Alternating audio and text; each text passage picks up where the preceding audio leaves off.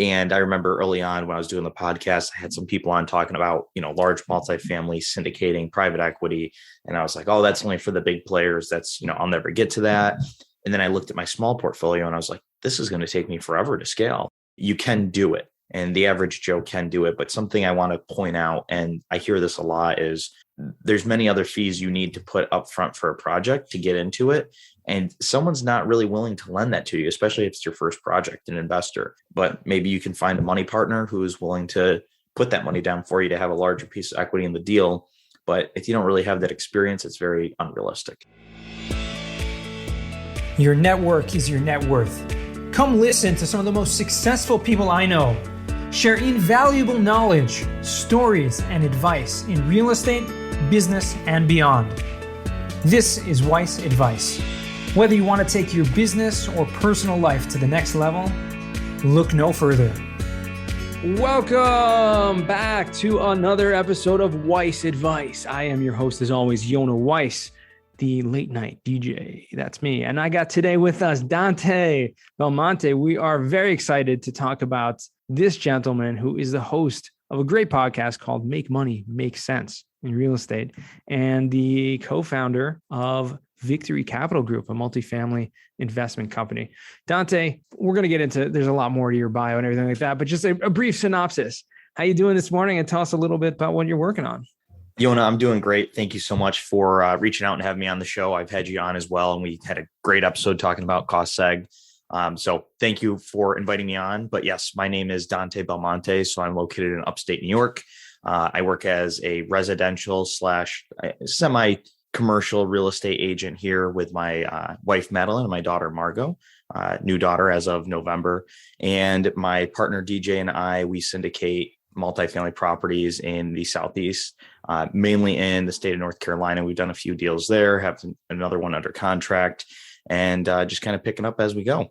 That's amazing. And what you've done, what's amazing to me is that you really took the knowledge and the experience through the residential and semi-multifamily brokerage that you've been working on for years. Yep. Extremely successful, probably very humble about it as well. But you are, transacting tons of deals. And then at a certain point, you kind of figured, well, I gotta invest some of this capital as well, right? Yeah, I mean, it all folds into each other. So I'll kind of lay it out for how I do it with people. So primarily in the residential, I do multifamily, anywhere from 2 to 10 unit buildings that I'm selling. Mm-hmm. And that is the investors there that I work with also invest with us in syndication. So they diversify their portfolio. Oh, nice. Post monthly investor meetups for at my brokerage with people that are investing in my market, but people are also interested in investing passively. So it's twofold there. And then when you talk about the commission and the tax structure, being able to take those commissions, invest it into the larger multifamily projects that we're doing, and be able to utilize things like 100% bonus depreciation, cost segregation for my real estate professional status, and play with the taxes there. So it all folds into each other. I always say it's not like I have a regular W-2 and I'm doing real estate on the side. It's like real estate is my full game, and it all comes full circle, and it's very, very helpful. Yeah. It sounds like each aspect of it, ties into the other. Would you say most of the clients that you have in terms of the brokerage in your markets in upstate New York, they are, buyers, meaning residents, or mostly investors, people trying to buy investment properties? So I did the math. It's about 75 investors, 25%, owner occupant or residential. So I do a lot of off-market stuff. I've closed 19 deals to date in this year, and we're only on February 16th. Yeah, that's crazy. And that's because it's because I do a lot of double-ended deals as well. So I represent the buyer and I represent the seller on these multifamily projects. And, again, those investors, some are absentee landlords that are from New York City, California, New Jersey, all the way from Australia that invest in my market. And then some are local, and they'll buy a duplex, then maybe put 50,000 with us on a syndication, then go buy a triplex, and, just diversifying and really opening up their portfolio. Absolutely. That's amazing. So, coming from having so many investors, as part of your clientele, you probably get a lot of feedback from them in terms of what they're looking for and what are their tenants like, and what are some of kind of tricks of the trade that, right? And how long were you doing that brokerage thing until you actually started investing in your own deals? So it kind of, because I'm only 23 years old, I'm pretty young, so I don't have a lot of, Right. landing under my belt, but That's it was, incredible. I actually bought my first property. It was a duplex the same month I actually got my brokerage license. I bought it off market. So I started doing some small stuff. And then about a year and a half, call it 2 years later, after doing the real estate brokerage side of things, we started doing the multifamily syndications and raising capital and investing in the projects. So it all happened pretty quick. Yeah. But because I'm just so submerged in it, and every day that's all I'm doing, and talking to clients, talking to investors, talking to sellers, buyers, other investors like yourself, Yona, and with the podcast, it happened a lot. It all came out like a fire hose. Yeah. Tell me about it. I didn't realize that you were that young. I mean, that's incredible to be as far along as you are and have that experience and just plugging forward. What would you kind of take that off to? What has given you that? Would you have mentors? Did you have people that inspired you? Was it like some bigger pocket? I mean, how did you have that, wherewithal at such a young age to really just throw yourself in and move so fast in the real estate space? So it all kind of came at different avenues. So I never went to college. Right out of high school, I did one day at community college, and I actually dropped out when I got the syllabus. I was like, this just really isn't for me. And started working at a car dealership, and I was a very high level performer there. Out of 17 dealerships, I was, either one or two finishing each month. So I had that sales mentality. And during that time, I just read a lot of books and a lot of podcasts. I probably read 80 books in a year, all mainly real estate related, and really just kind of educated myself.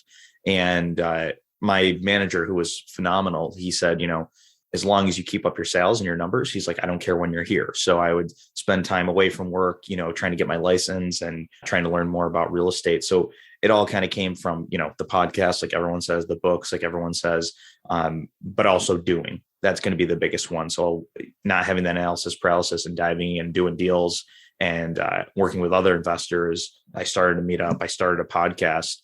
And I did that really even before I did a deal, just to network with other individuals. Never really had a mentor. Not that I didn't really believe in the mentor mentality.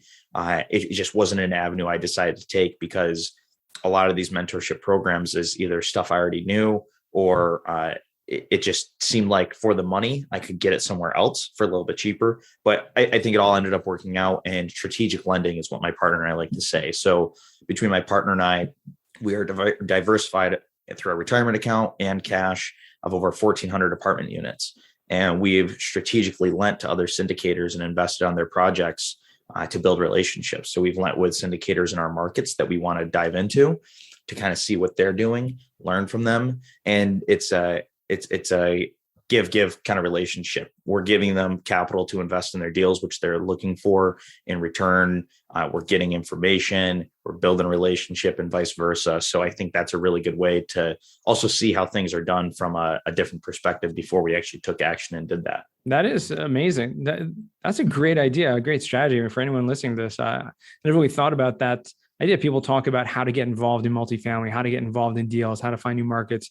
And you hear a lot about people, saying, oh, invest passively as a limited partner in a deal or something like that. But it's not much different from what it sounds like you're doing in terms of lending to what kind of structure, if you don't mind me asking, what kind of structures are you guys doing with those loans? We're just lending to syndicators, just like normal, but they're not major operators. They're smaller ones in the MSAs we want to be in. So it's not like we're going through a investor relations manager. We're going directly to the syndicator. We have their cell phone, and we can ask them questions, and therefore, partner with them on deals potentially too. So it's not like we're doing hard money or private money loans. We're just doing the traditional syndication lending, and we're just investing in other syndicators' projects. Oh, I see what you're saying. So, I mean, is it structured as a mortgage at all, or is it some sort of preferred equity type loan? Regular equity. So if someone was raising capital for a 506C offering for 100 units in Charlotte, we'll throw 50 or 100,000 at that. But we target sponsors who are smaller, so they're not dealing with a lot, and we could talk to them directly. And then those markets that we're trying to target as well, so we can learn from them. Interesting. Okay. Just staying a little bit more connected. But again, we target these smaller guys because, you look at I don't want to say Grant Cardone, but like Michael Becker from SPI, or like some of those larger guys, or Dan Hanford, who they would have a whole team built out. Getting to that individual, building that relationship with them can kind of be difficult. Sure. But dealing with some smaller shops is definitely more advantageous, we've seen. Absolutely. And especially if you have someone who is, right now small starting out, but has a lot of ambition and could potentially grow. I mean, just give you Dan Hanford, for example. I remember a few years ago when they did their first deal, it was like a 30, 40 unit in Chattanooga or wherever it was, in Knoxville, Tennessee. And now they're, own thousands and thousands of units. It's incredible how fast you can go if you build the right teams and you have the right mindset and just wherewithal to do it. So good idea to kind of partner with people at an early stage. And that's how we got KPs on our deals too. So we didn't just want to throw random individuals, key principles for those that are unaware what that is, signing on the loan. We didn't just want random individuals. We wanted someone that we built a relationship with, someone that we trusted, someone that we knew could get the job done, and someone that was also going to be there to help us out, not just to sign the loan and disappear, but to kind of be a mentor to us in that project. Gotcha. Okay. And so now, would you say primarily, I mean, you mentioned before that there's a cross, but there's what was the word used? Kind of like a give and take between the brokerage, right? What you're doing in upstate New York, as well as the investing side, the syndicating in mostly North Carolina. Do you see yourself continuing both of those full force, or is there an idea to kind of go more heavily involved in one or the other? Yes, it's kind of like it teeters. So you've got the real estate brokerage over here, you've got the syndication over here. Over time, it's definitely going to do this to where this fades out completely. So for those of you that can't see, real estate's up here, real estate sales, and then syndication's down here, and they start to level out, and then syndication or large multifamily starts to take over. And that's definitely the goal, because there's only so much time in a day, and I can already see where my time is being allocated. It's switching pretty quick. But that's okay, because both go hand in hand. It's not like another job that I have to get rid of to free up time. It's, I make my own schedule. I work when I want to. I get paid based on my performance. Exactly. And it all comes, again, all full circle. Exactly. And are you keeping up with the podcast in the same way? Yep. So for the last 2 years, we've done an episode every Thursday for the last 2 years. I will say, since I had my daughter in November, and since we got a little bit more heavy on the projects, it's probably now every other Thursday. It's very hard to push out content. Those guys like Joe and Whitney that can put out daily podcasts, obviously they have teams behind them. Right. Still very, very impressive, because I can barely keep up with the weeklies. It is. Yeah, it's crazy. It's hard. I know we're putting out 2 episodes a week, and it's a lot of fun. I enjoy it, but it definitely takes a lot of work. It does. And you basically started that, like you mentioned, you started that podcast at this a little, around the same time you were doing the real estate as you started investing. Right. So you're just learning from people, like myself and others who are experts in very specific areas to learn from. I always say, if you want to learn a subject, go start a podcast and then interview experts. And then it's a lot easier than trying to, pick someone's brain, like call them out. Can I pick your brain? No, you can't. Well, that's exactly will you guest my podcast? Yes. I always say the podcast benefits everyone, because I'm getting to talk to a real estate professional for free. I'm getting to learn info from them. I'm getting to record it so I can go back to it. And that investor is getting their name out. They're getting free advertising. The listener is getting free information. So everyone benefits from it. So when I started, I remember I started it 2 years ago. I had this dinky little microphone and had no idea. AJ Osborne was actually my first podcast guest. Oh, wow. That was before he really got popular. So it was very easy to talk with him, and we had great conversations. And so I had him, I had Chris Salerno, just some guys of that caliber right up front. And it was just a flood of knowledge. I remember I would sit there with a legal pad and just I'm jotting down things left and right. And I'm just blown away by all this info. And I don't think that could work as well today, just because there's so many podcasts in the marketplace. Right. It would be difficult. Not that you can't start it. You definitely can. And you can get guests on. There's more than thousands of real estate investors that are willing to be guests, but building an audience, it's very difficult, because now, where there was maybe 2 years ago, there was 100, 150 podcasts about real estate. There has to be over 500 now, I would imagine. Just, when I scroll through, it just never ends, but that's not necessarily a bad thing. Yeah, there is definitely, I don't know, I want to say a saturation of podcasts, but it's pretty crazy how many there are out there. Building the audience, I would say, is the hardest part. And I'm very grateful to our audience. Shout out to you guys listening to this, because you keep coming back week after week, and I'm very grateful for that. See if you can remember like something that actually from your interviews, that you've obviously interviewed a lot of great, amazing people, successful real estate investors, making money, right? And making sense. Oh, yeah. Yep.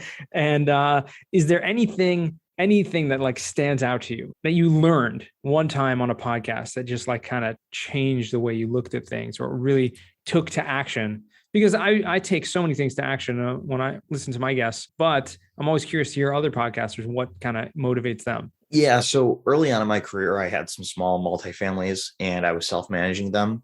And I forgot what individual said it on one of my shows, but also in the book, Multifamily Millions by David Lindahl. They both said, you're in the business to invest in real estate, not manage it. And when you manage it yourself, you're going to get burned out and you're going to hate it.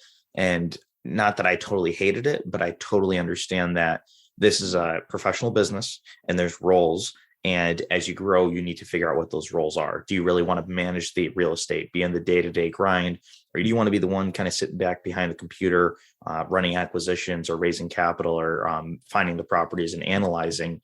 That's what professional third-party property management is. So I'd say the biggest shift I had in my business that made the largest difference, well, there's two, and I'll get in that second one, is definitely not self-managing. Hire out someone professional, focus on working on the business, not in the business. I think that's huge. And the second one, wow, I'm forgetting it now. Oh, going big, really. And so instead of starting out, well, you can start out with the duplexes, but trading up and getting something like 24 units under one roof, or 32 units like we're doing right now under one roof, right? It is massive because you can build on scale. And it's very difficult to have management on those small assets versus these larger ones. I wouldn't even say larger. They're considered small in the grand scheme of things. It's much easier to place management on them, and it runs much smoother, and you only have one roof versus 24 roofs or 12 roofs or whatever you want to say. And I wrote a whole blog post on single family versus multifamily, and it really just makes sense. It clicks, and it's more of a professional business at that point. Those are two incredible perspectives. I mean, first of all, just figuring out what it is that you're good at, right? And how to maximize yourself. And they really go hand in hand, going big, because you really can't go big if you're trying to micromanage, all your properties. So finding property managers and finding the right team members to take care of that, so you can do what you're best at. That's a great advice. And going big. I mean, I heard this from Grant Cardone, years ago when I read 10X. Like I found on LinkedIn, like when I first got onto LinkedIn, literally within like the first month, this is like 4 or 5 years ago.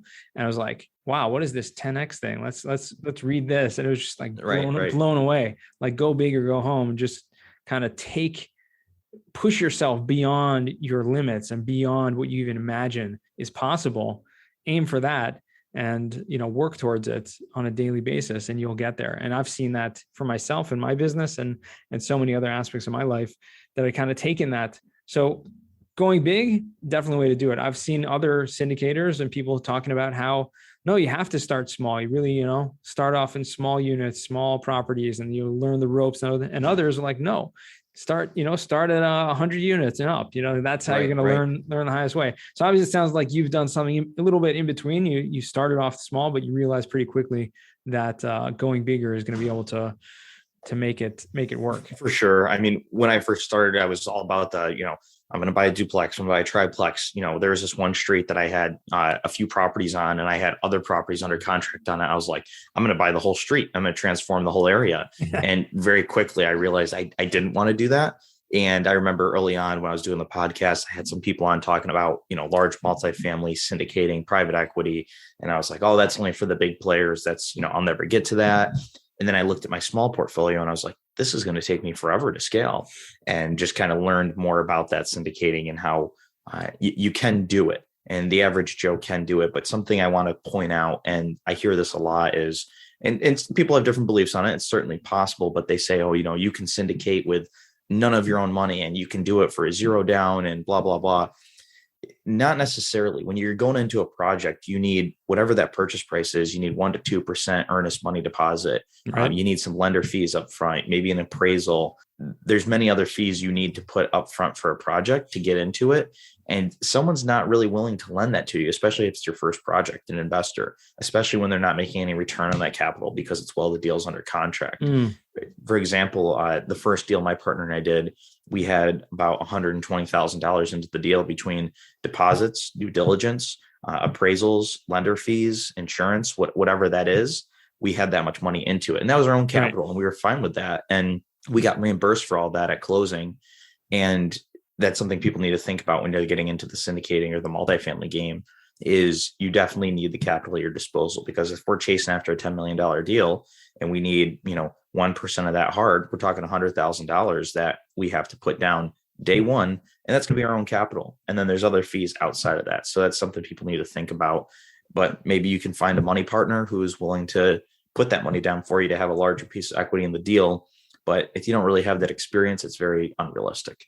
That's so powerful. I think people get into the real estate game and kind of see the shiny object and things like that, and think there's a lot less to it than there actually is. I think you kind of laid out some great points there that everyone needs to be considering. I mean, talking about those things, yes, you would love to go big, but wait a second, are you able to get there? Like, how can you actually practically do it?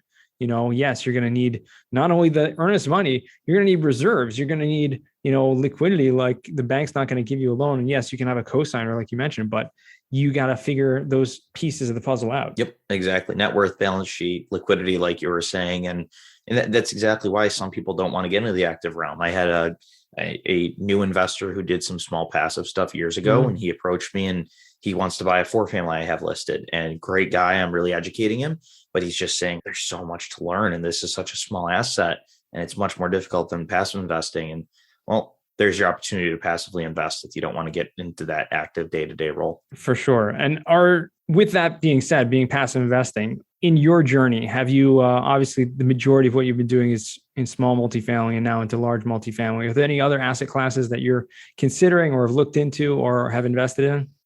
In real estate, correct? Or anything, really. Okay.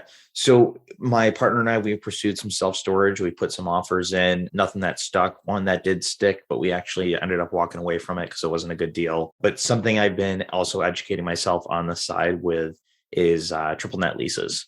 So I'm getting very familiar with triple net leases, how they work, how they function, what context to have, because I would like to diversify our portfolio into those triple net lease spaces. And, a quick and dirty, basically, let's take a Chick-fil-A, for example. Right. You may own the building, but Chick-fil-A is going to pay all the expenses. They're going to pay the taxes, the insurance, the maintenance, the utilities, and then the rent. So really what the rent is at the end of the year, that's your NOI, because there's no expenses associated with it. And that is the most passive form of investing, I would like to say, especially if you have a grade A tenant. Right. And my goal eventually personally for my portfolio, or maybe my investors' portfolio, as we ramp that up, is to go in, purchase these triple net properties in cash or 1031 into them, do cash out refinances and deploy that capital in other areas, because the returns are so small in those projects. And to meet the debt service coverage ratio right out of the gate, you have to put anywhere around 40 to 50% down on those projects. But they're very advantageous. I've had some people on the podcast to talk about it. I've read a few books on it. It's not a heavily educated space. There's certainly stuff online about it. Sure. But multifamily is definitely our bread and butter. We had an accepted offer on a car wash with 2 automatic bays and 5 self-service bays. It was a complete cash cow. But while we were under contract, we had a massive storm and the whole facility actually flooded, including the utility room. So we actually stepped away from that. And it's much more management intensive than we thought. But I like to educate myself in a lot of different areas, whether that's, self-storage, industrial, retail, triple net, car wash, specialty, multifamily, all those different things. I want to diversify our portfolio in. So right now we're in multifamily. We're very familiar with it. We own it. We know how it works, but we want to master it and really build up a sizable portfolio before we move to the next. I'm not sure. An individual sends out a monthly newsletter, a physical one. I'm not going to mention his name because I don't know if he wants that out there, but he was just talking about how they're buying a car wash portfolio and they're adding to it. They're very heavy in the multifamily space and then self-storage and now car washes. And I found that super interesting because last year we were looking at car washes. So as far as alternative assets go, I think the order is going to be multifamily. Then we're looking at triple net and self-storage somewhere over there next, just to diversify. Sure. But we want to be educated. You have to be. I mean, it's really amazing because there's so much opportunity out there. But like you said, it really all comes from education. If you don't, yes, exactly. If you're not looking to learn, looking to grow, and looking to find those opportunities, you're not going to find them, right? They're not going to necessarily jump at you. But if you have your eyes open and you're educating yourself, those, it's really all about stimulus, right? When you learn about something or think about something, then it's shown to you and it presents itself to you, and those opportunities are in front of your mouth. So that's amazing. Just thinking about that, educating yourself and more things that you actually want to do will actually kind of bring that to your presence. Yeah, most definitely. And we put offers in lots of buildings. Like I said, self-storage, we've done numerous offers. I've looked at some projects, didn't end up working out. Some of them we didn't offer on, but I've also, like in my local market, I've offered on some Starbucks.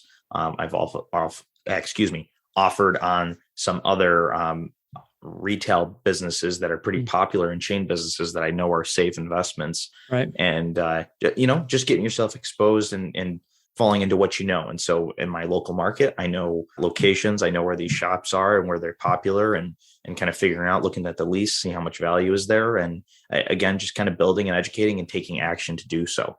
That's amazing. Very cool. Love to hear that. Love to hear the diversification and so many people doing different things, and especially yourself starting out at such a young age. I mean, it's incredible to see how kind of you're beating the crowd, so to speak. So many people waiting. Thank you. Many people trying to get into this later in life, later in their career. And it's amazing to see someone like yourself taking it on at such an early time. I want to transition to what we call now the final four. These are 4 questions we ask all of our guests, Dante. First question for you is going to be, what is the worst job that you ever had? So the worst job I had, the second you said it, I knew exactly what it was because it was so terrible. But I worked at a car wash, and the job itself wasn't bad. But on Sunday nights, they would do what's called the pit clean out. And where the car wash goes through, There's a grate in the middle, and you go down about 5 feet into this, 3 feet of muck from a week's worth of washing thousands of cars. Yeah. And we'd have to shovel it out into wheelbarrows and dump it into a pit. And so it's called pits. And it was rough, but it was sometimes fun. And we did it to get a bonus, basically. And so when we're young and determined, you're 17 years old, you're willing to do anything, but it sucked. That is, I just don't even want to picture what that must have been like. Rough. It was rough. Wow. Okay.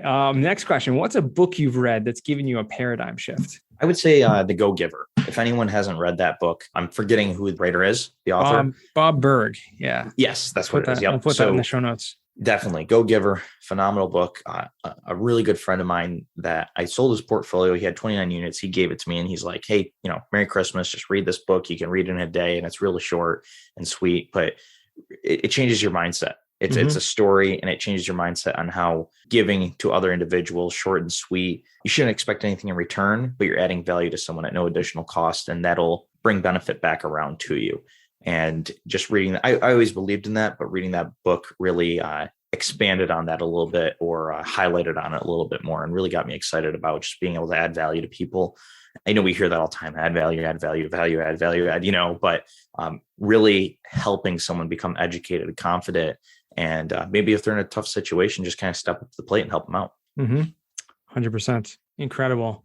It's funny because I've never read that book, but so many people have mentioned it, and the concepts in there I relate to so much. So I haven't gotten around to reading it, but I'm like, I think I'm doing it already. So we'll just leave it at that. But it's kind of about living the concept, not necessarily reading about it. Third question, which is, what is a skill or talent that you would like to learn? I would really like to learn to speak Italian. So my wife and I, we started to learn that because we're planning on going to Italy very soon. But I would like to be fluent in another language, just be able to speak another language, or just if my wife and I knew Italian, I think it'd be really cool if we're around family or friends and we're just speaking Italian, talking to each other, and no one else can understand us.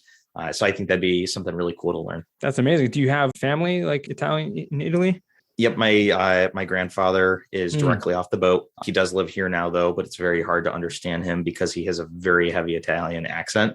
But all my family is from Italy. So they are fluent in Italian. Some of the older ones, or some that are deceased, but myself and my parents were not too fluent. My dad is, but he doesn't share with us too much because no one else knows. Right. Just got to jump on that, and learning language is really about immersing yourself. So when you're there and you go visit, that's going to be the best time to pick it up. Exactly. Very good. Fourth and final question. What does success mean to you? Success to me is comfort. I think being comfortable in life where you're at, a form of security. So a lot of people mark success as a dollar figure or a status or, being in this house with this car or something like that. I want to be comfortable for myself, my family, and secure. I don't really have an end goal. I don't want to have this giant private equity firm that is super successful by a dollar amount. Success for me is just being comfortable, I think. And so not being able to have to worry where the next paycheck is going to come from. Not that I do now, but not being worried about what's going to happen in 5 years, or if I pass away tomorrow, what is my family going to be left with? What are they going to have? I like to have that security. I like to plan. I'm a planner. So success is being able to build a roadmap, follow it as close as you can, and make sure the ones I care about are taken care of and secure. Awesome. Amazing. Love to hear that. It's a great perspective on success, and wishing you much continued success in your journey. Dante, it's been a pleasure. Thank you. I appreciate that. Really been a pleasure. How can our listeners reach you or find out how to reach out to you? Yeah, definitely. So a few places. Number one is our website, victorycapgroup.com. So victory and then capgroup.com. You can fill out a form. You got my contact information at the bottom of the page. Pretty popular on social media, on Instagram. So at Danté Belmonte. And my email will be right on there too, Dante@victorycapgroup. Happy to talk with anyone. If you click the link in my bio on Instagram, you can book a call with me, find our website, our podcast, all that good stuff. Awesome. Well, thank you again. We'll make sure to put all that in the show notes as well. So if anyone wants to click the see more button on the whatever podcast app you're listening to, whether it's Apple or Spotify or Podchaser or who knows what you're listening to, like Google. I think there's like 20 or 30 apps nowadays you can listen to podcasts. Yep. It always amazes me how like everyone has like their favorite one. Like, no, I only listen on Podcast Addict. Like, that's it. I'm like, okay, fine. That's, whatever floats your boat. Right. Good for you. Well, thank you guys. Thanks to our listeners, first of all, for listening all the way to the end. This was a great episode. I learned a lot. Really pleasure speaking with you again, Dante. And just want to thank you again for taking the time spending with us. Awesome. Thank you, Yona. Always a pleasure speaking with you. All right. And to our listeners, remember, the best advice comes only when you ask. Real quick, I have one question for you. Did you like this episode? If you did, I want to ask you a huge favor. See, the biggest thing that helps this podcast grow and that will spread this message to the whole world is that if you leave a review, a rating, and subscribe to the podcast. What that does is it basically tells the platforms that this podcast is out on is that you like my stuff and I'm doing something right. So take a few seconds out of your day, hit that subscribe button, leave a rating or review. I would be extremely grateful. Also, I want to hear from you guys. So I want to hear some feedback. If you have any questions for future episodes, please find me on LinkedIn, send me a DM, a connection request, Yona Weiss, and I'd love to hear from you.